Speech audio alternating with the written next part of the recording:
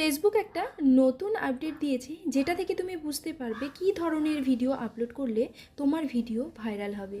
এই আপডেটটা আমি তো পেয়ে গেছি, তোমরা সবাই পেয়েছো কি না সেটা একবার কিন্তু অবশ্যই গিয়ে দেখবে। আজকে আমি রান্না করছি কাঁচকলা দিয়ে আলু দিয়ে মাছের ঝোল। এই গরমের মধ্যে কাঁচকলা আলু মাছের ঝোল খেলে আশা করি শরীর সবারই ভালো থাকবে। তো চলো কীভাবে রান্না করলাম সেটাই দেখাই।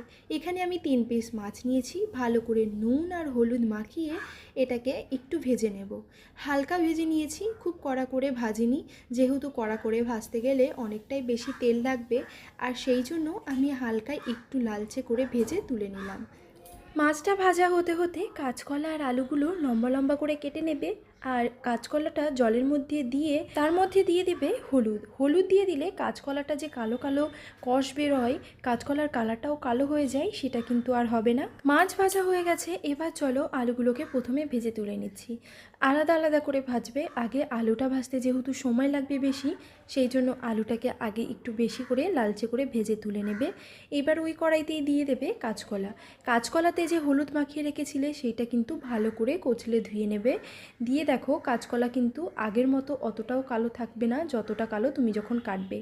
কাঁচকলাগুলোও লালচে করে একটু ভেজে নিয়ে এবার কিন্তু যে আলুটা ভেজে রেখেছো সেই আলুটাই এর মধ্যে দিয়ে ভালো করে নাড়াচাড়া করবে।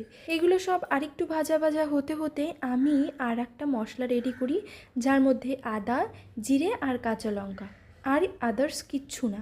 এটা দিয়ে একটা পেস্ট, একটু জল বেশি দিয়ে পেস্টটা করবে, যাতে মশলাটা যখন কষাবো আলু আর কাঁচকলাটা প্রায় সেদ্ধই হয়ে যাবে, এরকম হয়ে যায়। এবার মশলাটা দিয়ে একটু নুন আর হলুদ গুঁড়ো দিয়ে ভালো করে কষিয়ে নিচ্ছি, যাতে কাঁচা গন্ধটা না থাকে। কষাতে কষাতে যখন একদম মশলাটা গায়ের সাথে লাগো লাগো হয়ে যাবে আর কাঁচা গন্ধটাও চলে যাবে, পারলে তখন একটু গরম জল দিও, আর গরম জল না থাকলে ঠান্ডা জলও দিতে পারো, কোনো অসুবিধা নেই। এবার আমি একটু গরম জল দিয়ে ভালো করে নাড়াচাড়া করে নিয়ে এটাকে ঢাকা দিয়ে দেব মিনিট 5 জন্য, যাতে সেদ্ধটা খুব ভালোভাবে হয়। ঢাকা দিয়ে দেওয়ার পর মিনিট 5 একে ভালো করে ফুটিয়ে নিয়ে ঢাকনাটা তুলে এর মধ্যে দিয়ে দেব ভেজে রাখা মাছগুলো দিয়ে আবারও মিনিট 5 মতো এটাকে খুব ভালোভাবে কুক হতে দেব, যাতে আলু কলা খুব ভালোভাবে সেদ্ধ হয়ে যায়। আর তারপর দিয়ে দেব দ্বিতীয় ফোড়ন, যেটা আমি অনেক তরকারিতেই দিই। 2 ফোড়নের রান্না কিন্তু অনেক বেশি স্বাদের হয়, আমি আগেও বলেছি। আর আজকের এই আলু কলা দিয়ে মাছের ঝোলটাও কিন্তু আমি 2 ফোড়নেই রান্না করব। এইভাবে 2 ফোড়নে রান্না করে তোমরা একবার অবশ্যই দেখো, কতটা স্বাদের হয়, না খেলে বুঝতে পারবে না।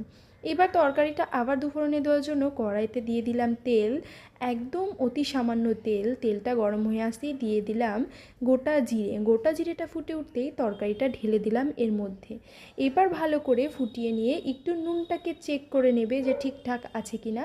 নুনটা চেক করে নিয়ে এটা গরম গরম ভাতের সাথে পরিবেশন করো।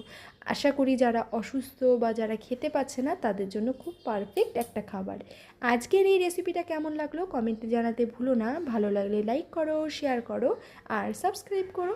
যারা ফেসবুক পেজ থেকে দেখছো তারা ফলো করো। টাটা, চলে আসবো আবারও একটা রেসিপি নিয়ে।